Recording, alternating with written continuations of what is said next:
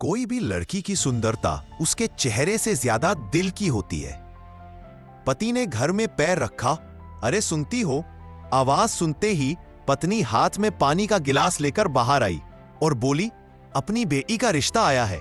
अच्छा भला इज्जतदार सुखी परिवार है। लड़के का नाम युवराज है, बैंक में काम करता है। बस बेटी हाँ कह दे तो सगाई कर देते हैं। बेटी उनकी एकमात्र लड़की थी। घर में हमेशा आनंद का वातावरण रहता था।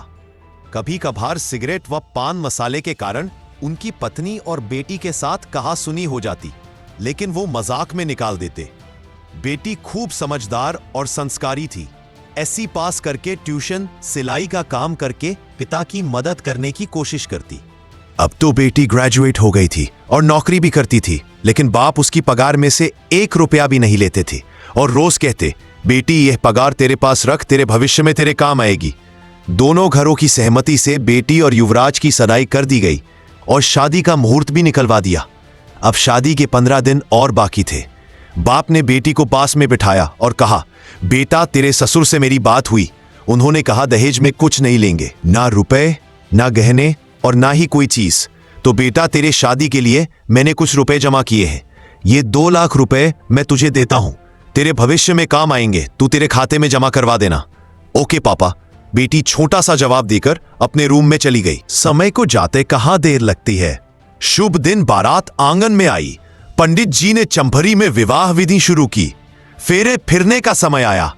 कोयल जैसे कुहुकी हो ऐसे बेटी 2 शब्दों में बोली, रुको पंडित जी, मुझे आप सबकी उपस्थिति में मेरे पापा के साथ बात करनी है। पापा, आपने मुझे लाड़ प्यार से बड़ा किया, पढ़ाया लिखाया, खूब प्रेम दिया, इसका कर्ज तो चुका सकती नहीं, लेकिन युवराज और मेरे ससुर जी की सहमति से जो आपने दिया 2 लाख रुपए का चेक मैं वापस देती हूं। इन रुपयों से मेरी शादी के लिए लिए हुए उधार वापस दे देना और दूसरा चेक 3 लाख रुपए का जो मैंने अपनी पगार में से बचत की है। जब आप रिटायर होंगे तब आपके काम आएंगे। मैं नहीं चाहती कि आपको बुढ़ापे में आपको किसी के आगे हाथ फैलाना पड़े। अगर मैं आपका लड़का होता तब भी इतना तो करता ना। वहां पर सभी की नजर बेटी पर थी। पापा, अब मैं आपसे जो दहेज में मांगू वो दोगे?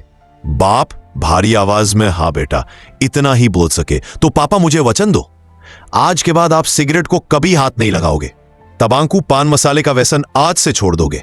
सबकी मौजूदगी में दहेज में बस इतना ही मांगती हूं। लड़की का बाप मना कैसे करता?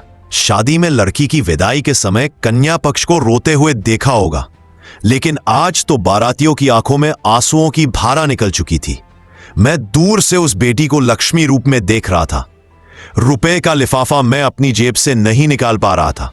साक्षात लक्ष्मी को मैं कैसे लक्ष्मी दूं? लेकिन एक सवाल मेरे मन में जरूर उठा, भ्रूण हत्या करने वाले लोगों को इस जैसी लक्ष्मी मिलेगी क्या? कृपया रोइए नहीं, आंसू पोंछिए और प्रेरणा लीजिए।